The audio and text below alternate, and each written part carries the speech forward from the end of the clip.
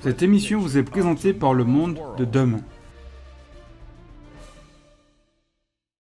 Les voyages des apôtres de Jésus-Christ sont un récit étonnant de l'étendue et de la rapidité de la propagation du christianisme au cours des quelques décennies qui ont suivi les débuts de l'Église à Jérusalem.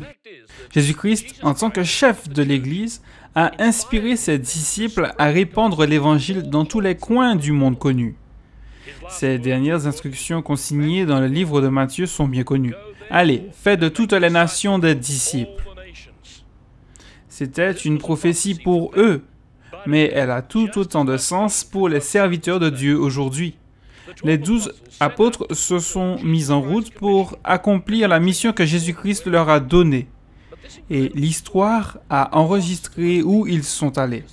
Mais cette histoire extraordinaire a été perdue pour la plupart des gens parce qu'ils ne possèdent pas la clé qui explique pourquoi les apôtres sont allés là où ils sont allés. Les théologiens ne comprennent pas cette clé essentielle pour comprendre la prophétie, mais vous pouvez la connaître. Aujourd'hui, nous allons dissiper les ténèbres qui ont enveloppé cette importante histoire et vous révéler le récit étonnant des voyages des apôtres du Christ. Je peux vous assurer que lorsque vous regarderez cette émission spéciale, vous serez surpris de ce que vous apprendrez.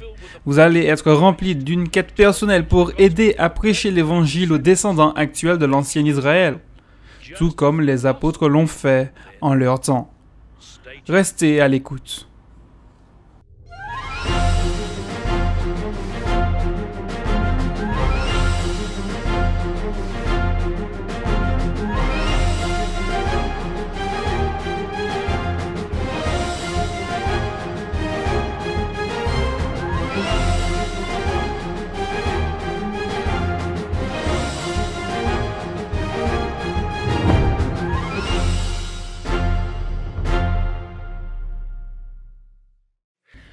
Bienvenue chaleureuse aux téléspectateurs réguliers du Monde de Demain, spécialement à ceux qui nous regardent pour la première fois. Dans cette émission, nous allons découvrir l'histoire fascinante des voyages des apôtres du Christ après sa résurrection. Ce que la plupart des gens ne réalisent pas, c'est que le soi-disant christianisme tel que nous le connaissons aujourd'hui a des origines très différentes de celles des 12 apôtres. 4 des apôtres étaient des pêcheurs juifs des côtes de Galilée. L'un était précepteur d'impôts. Ils n'étaient pas des hommes religieux, comme beaucoup pourraient le penser. Ils sont devenus des disciples sincères et dévoués de Jésus-Christ. Et ils étaient destinés à parcourir des milliers de kilomètres au cours de leur vie. Une partie de l'histoire nous est révélée directement quand l'Église chrétienne a vu le jour. Allons au chapitre 2 du livre des Actes. Vous vous souvenez sans doute de l'histoire des disciples rassemblés dans une pièce et du don du Saint-Esprit qui est venu sur eux. En visite à Jérusalem pour la fête de la Pentecôte, il y avait là des Juifs de pays lointains. L'histoire commence au verset 5. Or, il y avait en séjour à Jérusalem des Juifs, hommes pieux, de toutes les nations qui sont sous le ciel. Au lieu que les apôtres aillent à cette époque dans les coins reculés de la diaspora juive, Dieu a amené à Jérusalem ces Juifs. Les disciples se rendraient dans ces pays à l'avenir. Mais en ce moment précis, ces gens de nombreux pays s'étaient déjà réunis à Jérusalem. Des Parthes, des Mèdes, des Élamites et ceux qui habitaient en Mésopotamie. Ces pays faisaient partie de l'empire parthe. Ils se trouvaient tous à l'est de Jérusalem. Des Juifs et des Israélites y demeuraient depuis des siècles, après que les Assyriens ont emmené les Israélites en captivité, et les Babyloniens, à leur tour, ont emmené les Juifs en Babylone. Ces régions étaient en dehors de l'Empire romain, donc vous ne les avez pas apprises dans les livres d'histoire à l'école. Il y avait aussi des Juifs de Judée, de Cappadoce, du Pont, d'Asie, de Phrygie et de Pamphylie, de Libye et de Cyrène, qui se trouvent en Afrique du Nord. Et puis nous arrivons à Rome, Crète et Arabie. Et maintenant, écoutez attentivement la prochaine écriture que je vais vous lire, car elle nous donne les raisons pour lesquelles les apôtres sont allés là où ils sont allés. Matthieu chapitre 10 et verset 6 est l'écriture que nous allons lire. Jésus-Christ a dit aux disciples, allez plutôt vers les brebis perdues de la maison d'Israël. Il parle des descendants des 10 tribus d'Israël qui ont été amenés en captivité par les anciens Assyriens. Nous savons qu'elles n'ont pas disparu et en fait, nous trouvons leurs descendants sur Terre aujourd'hui. Les peuples des États-Unis et du Canada, ainsi que de la Grande-Bretagne, de l'Australie, de la Nouvelle-Zélande et de l'Afrique du Sud, sont leurs descendants. De nombreux Européens tels que les Néerlandais, les Belges, les Suisses, les Scandinaves et les Français peuvent également faire remonter leur héritage à l'ancien Israël. Je vous offre aujourd'hui une brochure gratuite qui vous expliquera comment certaines de ces brebis perdues ont migré du Moyen-Orient vers le nord-ouest de l'Europe, puis en Angleterre et finalement dans les États-Unis, le Canada, l'Australie, la Nouvelle-Zélande et l'Afrique du Sud. Demandez votre exemplaire des États-Unis et de la Grande-Bretagne selon la prophétie. Cliquez sur le lien dans la description pour obtenir votre brochure gratuite. Commandez votre exemplaire en ligne sur le site mondedemain.org. Permettez-moi d'expliquer un point important. La plupart d'entre vous croient probablement que tous les Juifs sont des Israélites et que tous les Israélites sont des Juifs. Désolé, mais cela est faux. Mais alors, répondrez-vous, l'État juif de nos jours ne s'appelle-t-il pas Israël? Oui, c'est le cas. Mais c'est précisément la source de la confusion. Le nom juif est en fait un surnom pour toute personne de la tribu de Juda. Mais Juda n'était qu'une des 12 tribus d'Israël. Et avec la tribu de Benjamin, les Juifs ne formaient que 2 des 12 tribus. Où se trouvaient les 10 autres tribus? Reportons-nous au livre de Jacques, chapitre 1, le verset 1. Jacques, serviteur de Dieu et du Seigneur Jésus-Christ, aux 12 tribus qui sont dans la dispersion. Les tribus n'étaient pas perdues pour lui.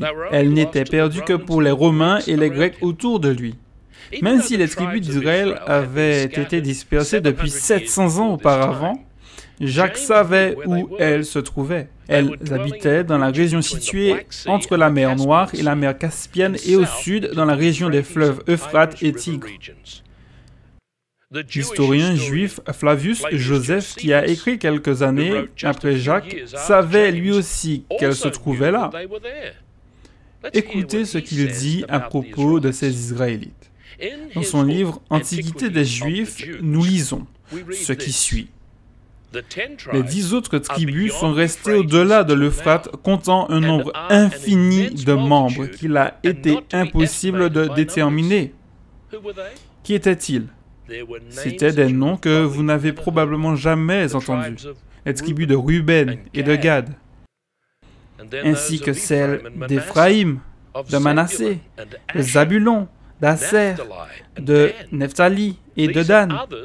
Ces tribus et d'autres attendaient que Dieu les conduise vers leur nouveau pays dans le nord-ouest de l'Europe. Peu après que Joseph ait écrit ce récit, beaucoup de ces Israélites ont commencé une migration massive vers le nord-ouest dans une région où certains de leurs ancêtres avaient déjà migré. Nous les trouvons se déplaçant vers le nord entre la mer Noire et la mer Caspienne, et dans l'Ukraine, ainsi que via l'Asie mineure, vers le Danube. Il n'y avait pas d'autoroute à cette époque. En fait, les fleuves étaient les autoroutes de l'époque et beaucoup d'Israélites se sont déplacés vers le nord-ouest de l'Europe en emportant leur nom avec eux. Les Israélites étaient aussi connus comme les fils d'Isaac. Ce terme Isaacson s'est transformé en Saxon. Ils ont migré dans la région connue comme la Saxe aujourd'hui en Allemagne. Certains Juifs ont aussi voyagé avec eux et ont donné leur nom à la région de Jutland, au Danemark. Même le Danemark porte le nom d'une des tribus, où nous trouvons la marque de Dan. Les Danois appellent leur pays Danemark. La tribu de Dan a laissé sa marque partout où elle allait. Par exemple, en donnant des fleuves comme le Danube, ainsi que le Dnieper et le Dniestr en Europe de l'Est. Avez-vous trouvé cette information intéressante? Eh bien, si c'est le cas, j'en ai encore plus pour vous dans la deuxième partie de cette émission. Pour vous aider à comprendre pourquoi les apôtres ont voyagé vers des terres lointaines, il vous faut un exemplaire de notre brochure qui les relie avec vous aujourd'hui. Si vous habitez à New York, Toronto, ou peut-être à Londres, ou encore au Cap, vous pouvez apprendre pourquoi ces villes ont été peuplées principalement par des anglophones. Il y a une explication, et c'est la même pour laquelle les apôtres se sont rendus en Angleterre, il y a 2000 ans. Soyez donc prêts à entendre de nouvelles informations. En attendant, commandez votre exemplaire gratuit des États-Unis et de la Grande-Bretagne selon la prophétie. Pour recevoir gratuitement l'offre de cette émission ou pour obtenir plus d'informations, visitez notre site internet mondedemain.org. Encore, mondedemain.org. Vous pouvez également nous écrire à l'adresse indiquée à l'écran. Avec cette offre, vous pouvez aussi recevoir un abonnement gratuit à notre revue Le Monde de Demain, qui contient des articles d'actualité et des explications bibliques sur les questions importantes d'aujourd'hui. Le Monde de Demain vous informe sur les tendances mondiales, sur les prophéties bibliques et sur le sens même de la vie. Le Monde de Demain. Commandez dès maintenant. Bienvenue de nouveau à notre émission. Aujourd'hui, nous découvrons l'histoire étonnante des voyages des apôtres dans des pays très éloignés de Jérusalem pour prêcher l'Évangile. Jésus-Christ leur avait dit « Allez plutôt vers les brebis perdues de la maison d'Israël ». Commençons maintenant à examiner les destinations effectives des apôtres de Jésus-Christ. Qui était l'apôtre en chef pour la maison d'Israël? Pierre, bien sûr. S'il devait se rendre et visiter toutes les tribus dont il était responsable, vous vous attendriez à le voir dans ses écrits. Et c'est exactement ce que nous trouvons. Remarquez d'où il écrivait sa première épître. Reportons-nous à la fin de 1 Pierre, au chapitre 5 et au verset 13. L'Église des élus qui est à Babylone vous salue, ainsi que Marc, mon fils. Mais à qui s'adressait-il? Lisez attentivement au chapitre 1 et au verset 1. Dans 1 Pierre, chapitre 1, au verset 1. Il dit « À ceux qui sont étrangers et dispersés dans le Pont, la Galatie, la Cappadoce, l'Asie et la Bithynie, il s'agit des mêmes régions que nous avons lues précédemment et qui avaient des représentants à Jérusalem lors de l'assemblée fondatrice de l'Église, le jour de la Pentecôte. Ils s'y étaient rendus depuis le nord de l'Asie mineure, qui est la Turquie aujourd'hui. Et Pierre demeurait en Babylone quand il s'est adressé à ces gens. Mais nous découvrirons plus tard qu'il a visité après la Bretagne romaine. Voyons maintenant le cas de Thomas. On l'appelle souvent Thomas l'incrédule. Vous l'avez probablement déjà entendu. Bien que ce fût sa faiblesse en tant que disciple, plus tard, il fut tout sauf un sceptique. En fait, il est devenu un pilier de la foi et de la croyance. Son cas est intéressant car nous trouvons de nombreuses preuves qu'il est allé en Inde où une population de Juifs se trouvait au Kerala, sur la côte ouest. En fait, il y a encore une communauté de personnes en Inde s'appelant Mar Thoma, parce qu'elles croient que leur église a été fondée par Thomas. Aux pages 152 et 153 du livre de William McBirney, intitulé The Search for the 12 Apostles, on lit « L'apôtre Thomas a prêché l'Évangile en Parthe et en Inde. Il a converti beaucoup de gens, y compris des membres d'une famille royale. Il y a subi le martyre et a été enterré là-bas. » Le frère de Pierre s'appelait André, et nous avons de nombreuses preuves de l'endroit où il est allé. L'écrivain anglais William Cave a écrit au XVIIe siècle dans son livre intitulé Antiquity of the Apostles.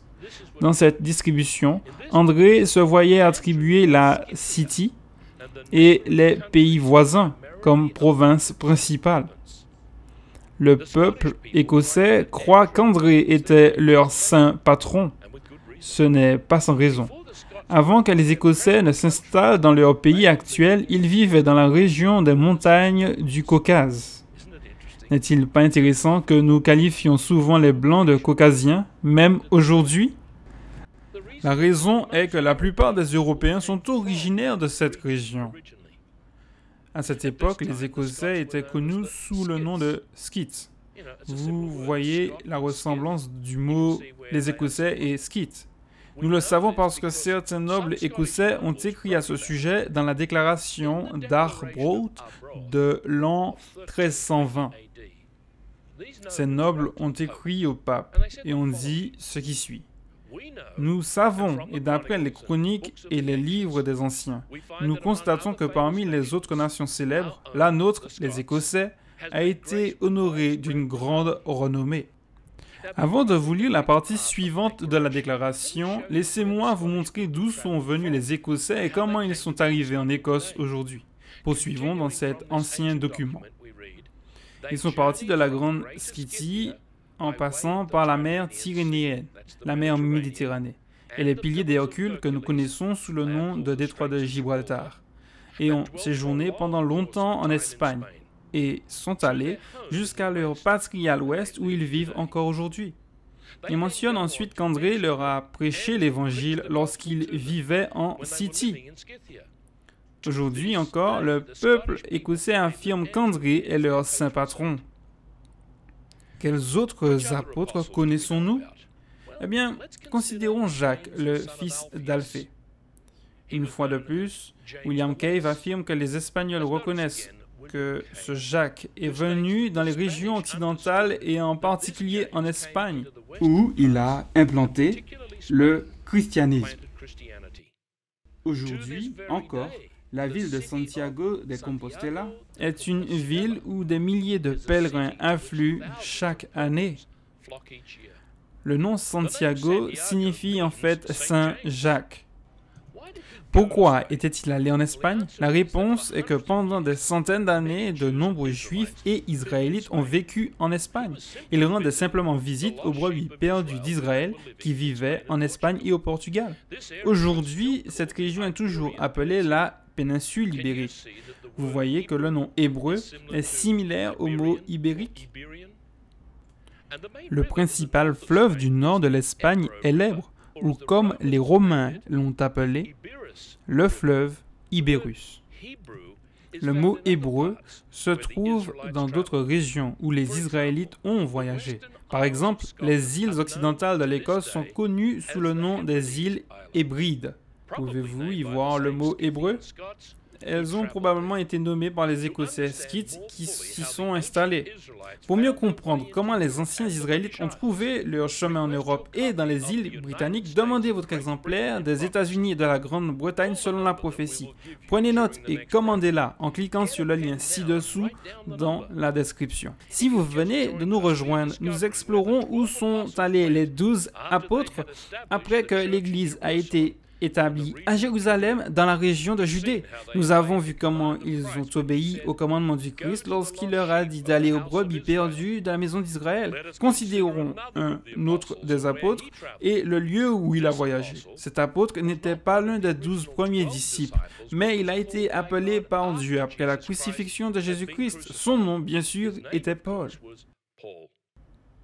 Ce qui est intéressant, c'est que puisqu'il était l'apôtre des païens, vous pouvez être sûr que le lieu où il a voyagé était principalement là où les 10 tribus perdues ne se trouvaient pas.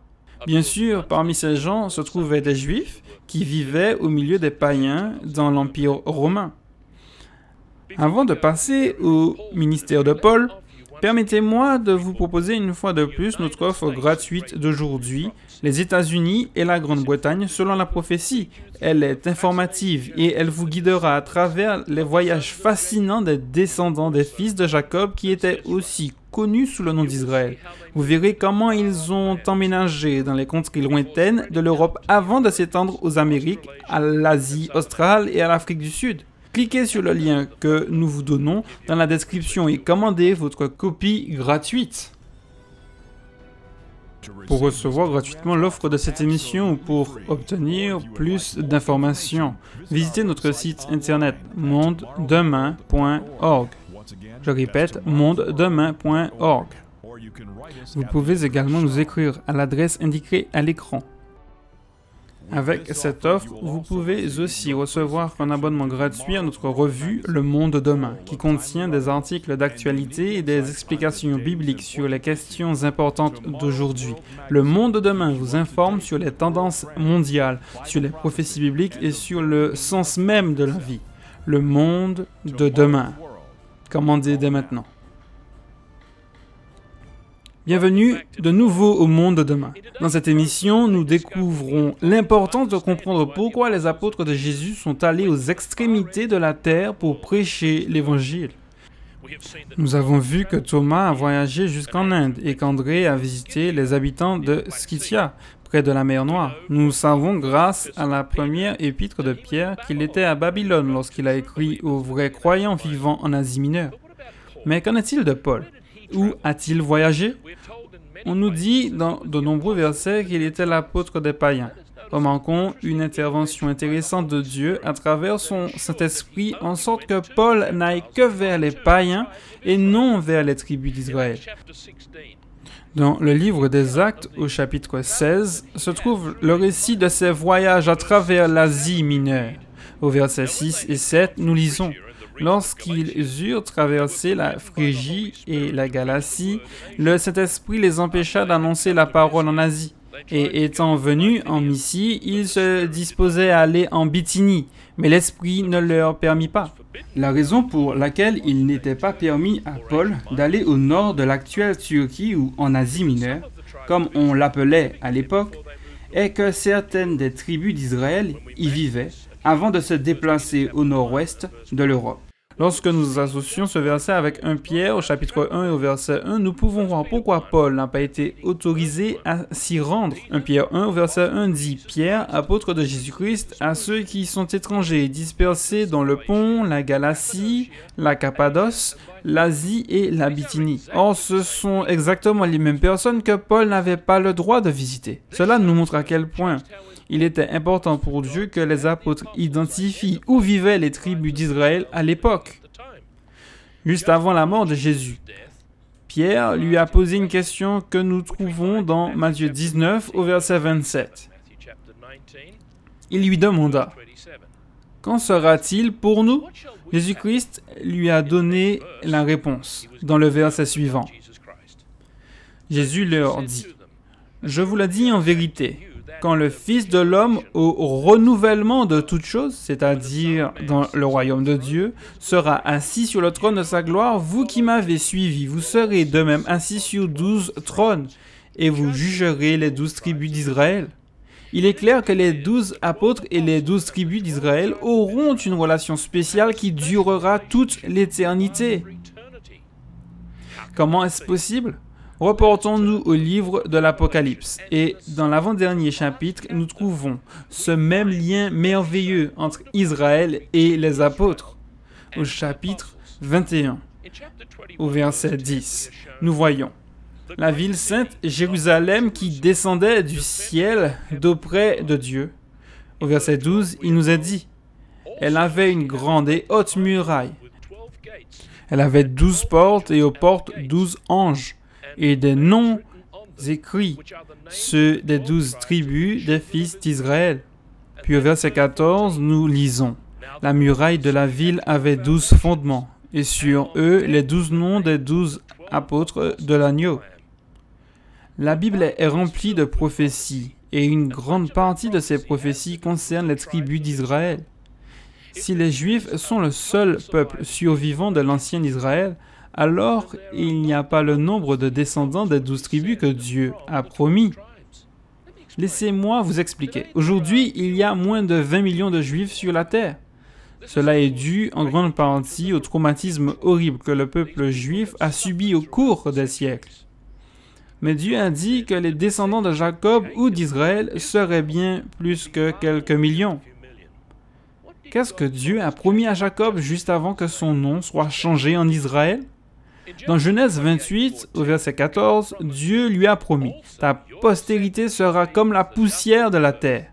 Tu t'étendras à l'Occident et à l'Orient, au septentrion et au Midi, et toutes les familles de la terre seront bénies en toi et en ta postérité.